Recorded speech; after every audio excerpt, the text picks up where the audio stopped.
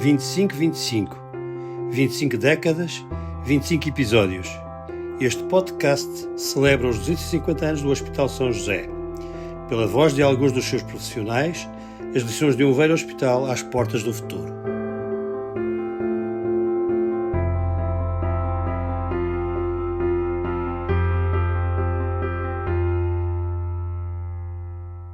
Paulo Valeixo Coelho, 64 anos, médico da especialidade de cirurgia maxilofacial, formado pela Faculdade de Medicina de Lisboa, professor agregado da Nova Medical School, há 37 anos a servir no Hospital São José.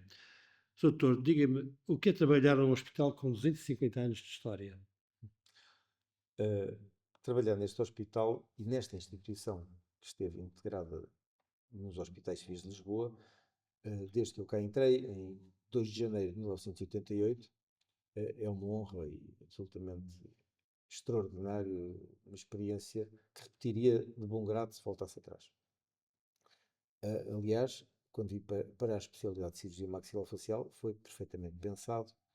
Desde que entrei para a Faculdade de Medicina, sempre pensei em ser cirurgião, sempre a minha atividade sempre foi nesse sentido e, curiosamente, tive o grato prazer, durante ainda o meu curso de Medicina na Universidade de Lisboa, portanto, no Hospital Santa Maria, eu e um grupo de mais 3 colegas fazíamos frequentemente bancos de cirurgia no Hospital São José. Havia um dos meus colegas que tinha um tio que era cirurgião-geral aqui e que nos recebia e nós fazíamos bancos, e habituei-me a fazer bancos nesta casa desde a década de 80, 82, 81, o que foi muito interessante e muito gratificante.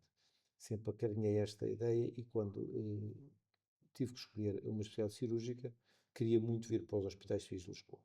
Os Hospitais Civis de Lisboa claramente tinham uma tradição cirúrgica incomparável. Desde sempre foi a escola cirúrgica do país, ao longo das últimas muitas décadas, desde alguns séculos até, desde o início. E, naturalmente, a especialidade de cirurgia maxilofacial, que era uma especialidade que eu apreciava muitíssimo, estava no dialbar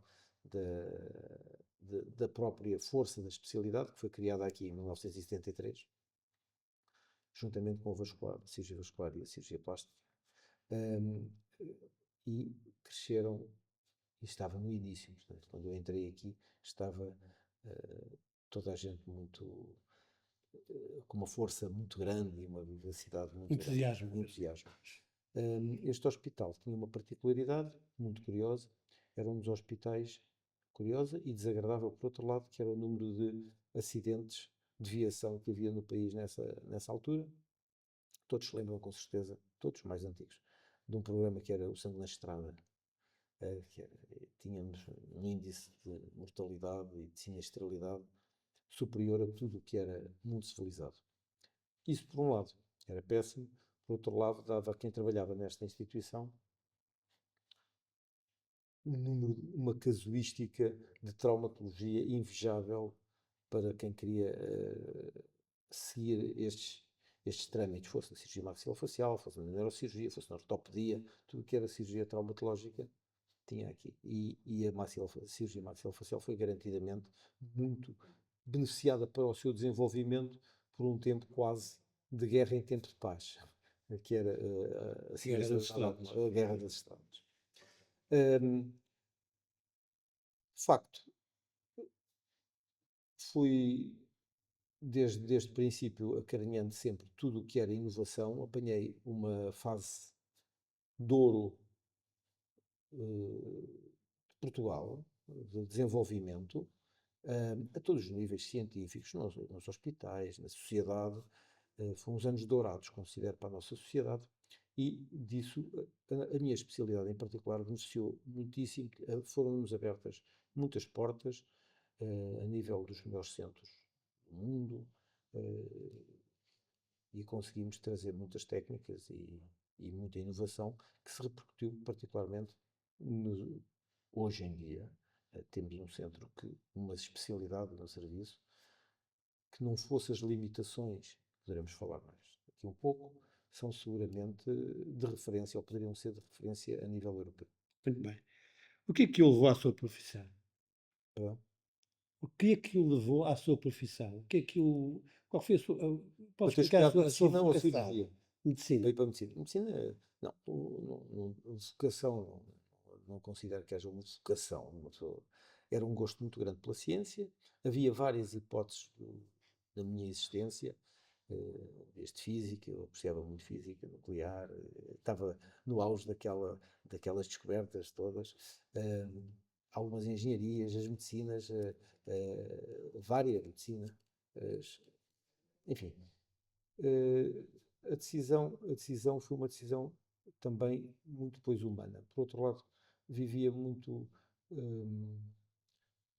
o gosto, mesmo gosto por falar e por estar em contato com seres humanos e partilha. E eu achei que a medicina, nesse aspecto, era talvez a profissão que mais me conviesse do ponto de vista humano.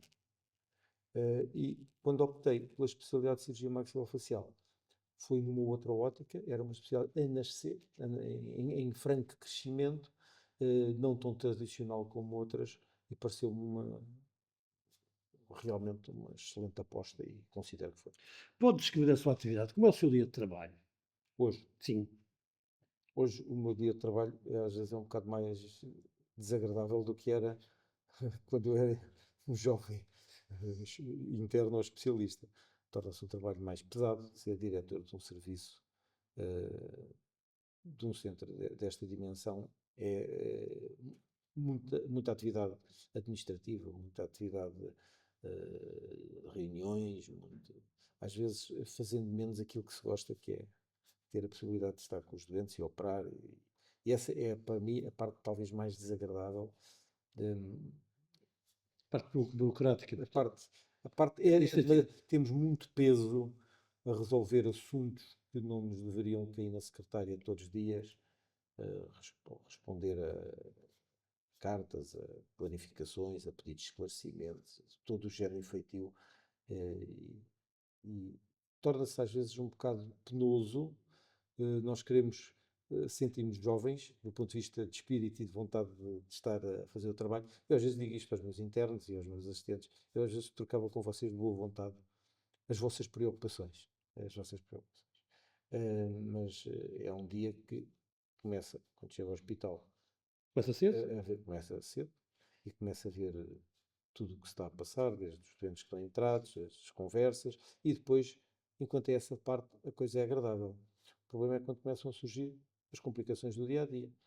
Pilhas de papéis, mails atrasados e depois as responsabilidades não só dentro da OLS, mas a necessidade de responder à especialidade a nível nacional em muitos âmbitos, nomeadamente, neste momento estou atulhado em concursos a nível nacional, desde assistentes graduados séniores, concursos para assistentes.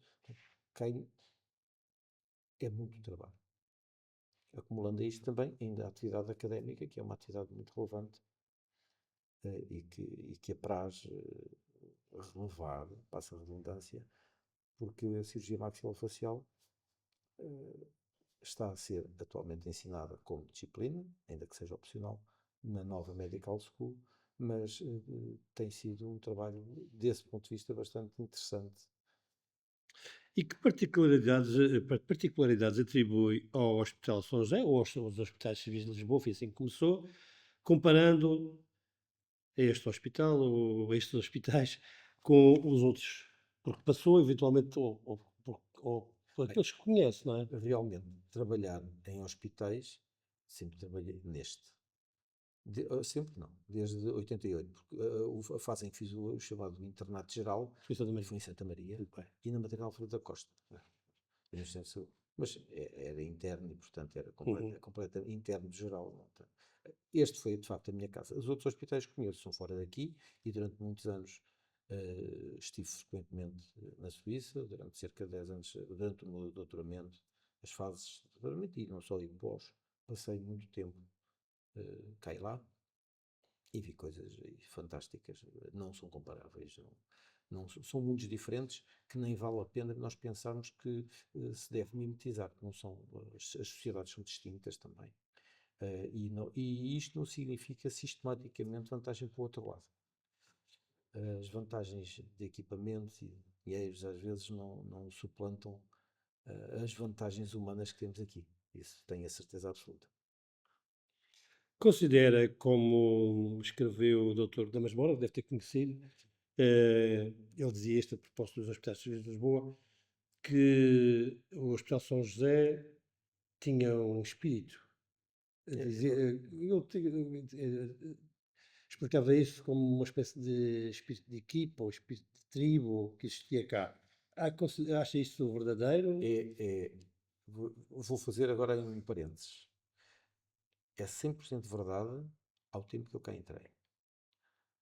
Desde que os hospitais se tornaram empresas, isso deixou de ser verdade. E isto é lamentável, mas é verdade. Desde 2003, 2004, começou-se a assistir a uma mudança radical do espírito dos hospitais civis de Lisboa.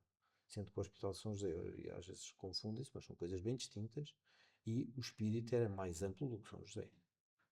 Estefânia é igual, Correia Cabral é igual, o Desterro era igual, o Arroios, ainda conhecia Arroios, ainda tem. Portanto, havia um espírito muito extraordinário, não é? De estarmos. Aqui, aliás, falei de Arroios, lembro do professor Cito Santos, que era lá. São tudo, é um centro grande, um conjunto grande de hospitais que trabalharam em cadeia durante muitos e muitos anos, com um espírito de equipa brutal, extraordinário.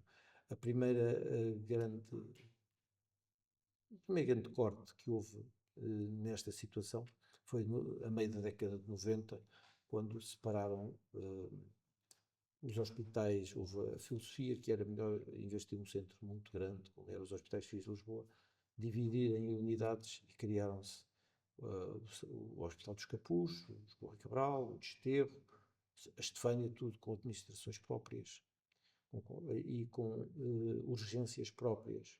E isto foi aí, quanto a mim, que começou a queda real da nossa vida aqui dentro. Porquê?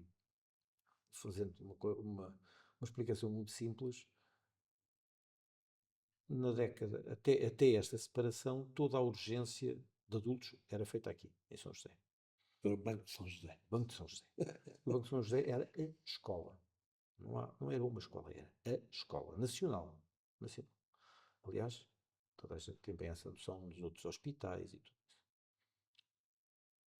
E quando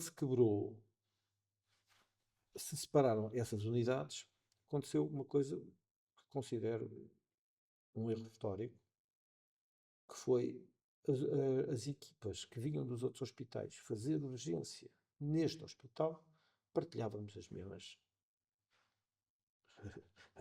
compartimentos, os mesmos espaços. Mas vinham cirurgiões gerais dos Capuz, vinham cirurgiões gerais do Correia Cabral, vinha gente de todo o lado. Os anestesistas, particularmente a anestesia, vinha tudo fazer aqui banco. E então tínhamos equipas, nunca havia falta de pessoal médico.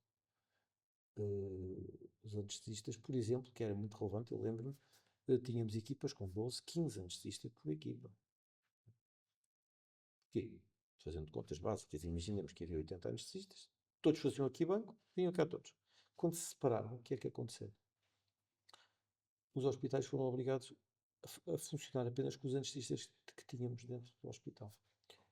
E São José tinha, na altura, lembro perfeitamente, 15 ou 16 anestesistas. De repente passámos de 80 anestesistas que vinham cá fazer bancos para 15 que tinham que assegurar a urgência de São José.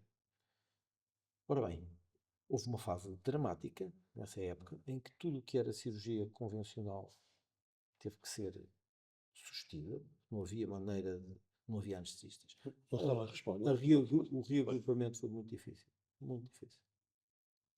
E os outros hospitais, ainda por cima, não supriram garantidamente a urgência de São José. Isto é, A urgência de São José continua a ser gigantesca, ou em vez de gigantesca passou a ser gigante, e os outros passaram a ter pequenas urgências, que funcionaram funcionavam, e até funcionavam melhor que esta, porque tinham número de profissionais e tinham menos ocupação que tinham este. E isso começou a dificultar muito a gestão do que era a coisa cirúrgica aqui dentro. Este era um hospital fundamentalmente cirúrgico, Trauma, etc. trauma, grande Pois, trauma, aliás, pois. ainda hoje, e com coisas absolutamente extraordinárias, como, ainda hoje digo, ainda hoje considero isto que vou dizer, nessa época talvez mais, mas ainda hoje, eu costumo dizer sempre, se alguém entrar morto num hospital, no São José tem a maior probabilidade de sair vivo.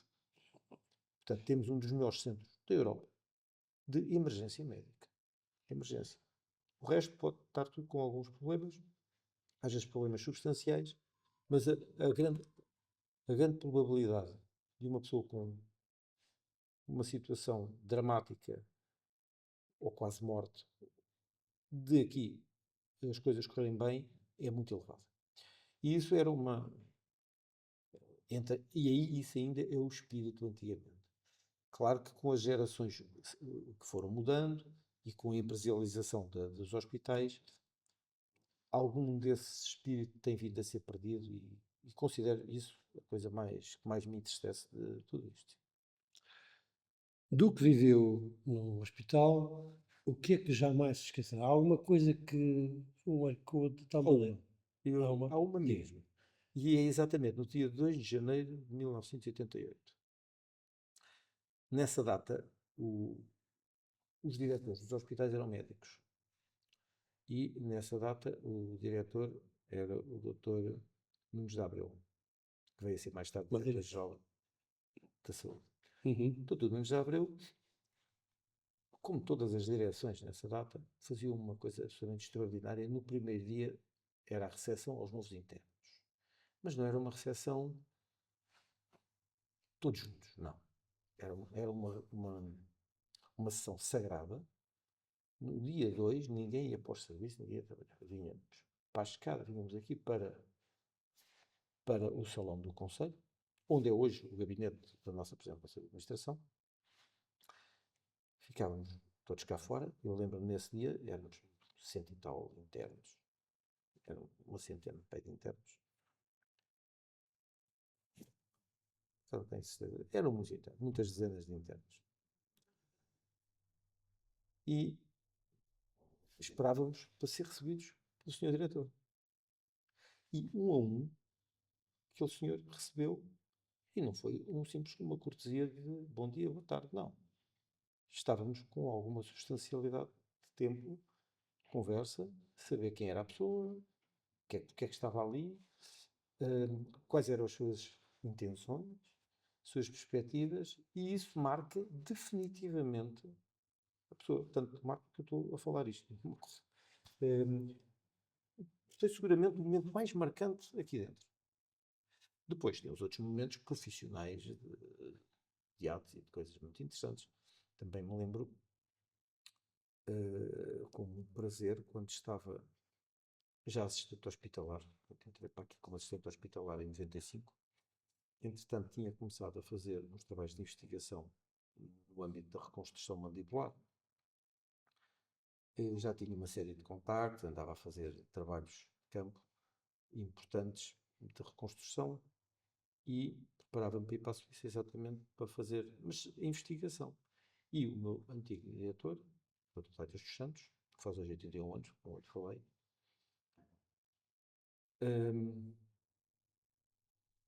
chamou-me ao Paulo. Eu gostava de saber porque é que, o que é que pensas desse trabalho de investigação que vocês estão a fazer. Eu, com, gostava de conversar isso com o Dr. Sá Figueiredo. O Dr. Sá Figueiredo era o diretor do hospital na altura. E então conversámos na sala do Conselho e ele achava que, dada a proposta que eu estava a fazer de investigação, que era tão interessante, que seria muito interessante para o centro, para o hospital, para São José, que era importante se eu desse um passo também no sentido de fazer um doutoramento, porque na altura não tínhamos doutorados. Porquê? Porque os HCL estava desligado há muito, por razões políticas, estava muito dividido e muito separado da fase universitária. Nessa altura havia um incremento grande do Hospital do Egas Muniz e da faculdade da atual nova, da Faculdade de Ciências Médicas, mas o nosso centro estava muito distante, estando aqui ao lado, e eu não tinha pensado nisso dessa maneira, mas comecei a acarinhar a ideia e depois, com todo, tive esse apoio importantíssimo do diretor do hospital. Portanto, tive estes dois diretores, eu falei dos dois diretores do hospital porque isso faz a diferença. As direções dos hospitais, anteriormente, antes dos conselhos de administração atuais, eram médicos de grande craveira, grandes profissionais do ponto de vista também de administração. Aliás, como disse o Dr. Jabre depois, foi um dos nossos melhores diretores gerais. E um grande defensor, ele era estomatologista e grande defensor da cirurgia maxilofacial, curiosamente. Aliás, é uma coisa. E aquele momento foi muito impressionante, porque eu tive seguramente, talvez por ser a minha área, a minha especialidade, a falar com ele quase um quarto de hora. Muito surpreendente. E, portanto, esses dois são os momentos pessoais mais relevantes. Depois tenho momentos pessoais muito interessantes do ponto de vista humano, com os doentes e com, aliás, uma das histórias, talvez a história mais marcante da minha existência, relatei-a num livro que a Ordem dos Médicos fez aqui há uns 6 anos, sobre a relação médico-doente, que recomendo vivamente. Tem 90 e tal, 100 histórias, episódios, em que é relatada uma história humana, provavelmente a mais forte que eu tive aqui dentro. Todas elas são muito fortes, mas aquela foi particularmente interessante. É um livro que eu, aliás, recomendo a todos que vejam, que é a relação médico-doente da Ordem dos Médicos. Candidatura internacional da Ordem a criar que a relação médico-doente seja património imaterial da humanidade. Não sei se sabia. Não. Pronto, isto está a ser estudado, foi apresentado, e esse livro é absolutamente icónico e acho muito relevante. O tempo, entretanto, corre bastante, corre rápido. Vamos adiantar um pouco as perguntas. Como vê o futuro do Hospital de São José? Particularmente agora, com a possibilidade de voltar à origem, digamos, ao Hospital de Todos os Santos. Como é que vê esta mudança? Talvez isto seja necessário ir para o início da implantação da República. Isto tem algum histórico interessante e está aqui bem reportado no nosso hospital, em maquetes, inclusivamente. O primeiro projeto para o novo hospital data de 1912. Porquê? Quando foi a Revolução de 5 de Outubro de 1910, provavelmente os republicanos entenderam que não podiam ter um hospital com 400 anos. E ainda por cima chamado Rialto, de Xanthi. E, aliás, criaram os hospitais civis exatamente nessa altura e, curiosamente, faz hoje 111 anos que o decreto-lei, hoje mesmo, 27 de novembro, foi feito o decreto-lei a criar os HCL. De 1912 a 2025 já vem uma quantidade de tempo suficiente para termos cá um novo hospital. E realmente é imprescindível. Mas, por várias vicissitudes, em 2012, em 1912 isso foi feito, a Primeira Guerra inviabilizou, e a influenza inviabilizaram tudo, não havia. Depois, quando, mais tarde, já com o Estado Novo, foi tentado fazer de novo, 33, se não estou em erro, foi nova tentativa, começa a Segunda Guerra. Mais tarde, em 59, que o meu primeiro diretor ainda me falava disso, o Dr. Sérgio Magos dos Reis, ele foi chamado inclusivamente para escolher os materiais e as coisas todas, o equipamento que precisava para o hospital. Começa a Guerra da Índia. Depois, mais tarde, foi o 25 de Abril. Depois, mais tarde, enfim, foi o primeiro crash. E assim sucessivamente temos vivido. E estamos aqui, desde 2013, a dizer que pô, não é que é. Pô, não é que é. Eu lembro quando entrei para a especialidade, foi-me dito que, Paulo, prepara-te, quando acabares o internato, já vais celebrar isto no novo hospital. E, portanto, tem sido assim, eu digo isto sempre aos meus internos. Ainda hoje apareceu a interna que vai entrar em janeiro, foi lá estar comigo, tivemos lá uma reunião. Hoje é o nosso dia de uma das nossas reuniões, e eu disse-lhe que espero que tu venhas a estar no novo hospital já. Eu acho que o novo hospital é uma necessidade absoluta. Considero que, dados quase 20 anos de atraso em relação a estes projetos mais recentes, só cingindo a este século XXI, acho que já está subdimensionado. Para mim é o grande problema que eu vejo. Não tem havido não houve o cuidado, quanto a mim, de repensar aquele projeto de há 20 anos. E, portanto, acho que isto tem muitas condições para ser problemático. Este hospital, este São José, particularmente, acho que tem mesmo de ser fechado. Não sei se será possível fechar todos os equipamentos, que esta é uma discussão importante, mas que eu concebo perfeitamente que é ótimo que toda a estrutura esteja lá. Acho que sim, é um bem para a cidade. O que é que, é uma última pergunta, o que é que levaria São José para o novo hospital e o que é que deixaria de bom grado aqui na Colheita de Santana? Essa pergunta pode ser difícil, é demasiado difícil de responder. Porque o que é que eu levaria aqui? Tirando o dito espírito de São José, que falou, acho que esse é obrigatório levar. O resto, as paredes não saem de cá, e o resto também não queria nada. Equipamentos novos que haja, e que muitos deles têm sido adquiridos pensando no novo hospital. Isso foram belíssimos investimentos que têm havido nestes últimos anos, particularmente durante a pandemia. Acho que houve, tiro o chapéu ao Conselho nesse aspecto. Houve muito a apostar. Vamos ter um novo hospital, vamos aproveitar e vamos reequipar o hospital, o centro hospitalar, na altura universitário de Lisboa Central. Portanto, tudo o que é equipamentos que já foram comprados, inclusivamente adquiridos, a pensar no novo hospital, acho que é o que nós precisamos. E precisamos que as pessoas que queiram realmente acarinhar a ideia de um hospital com estas características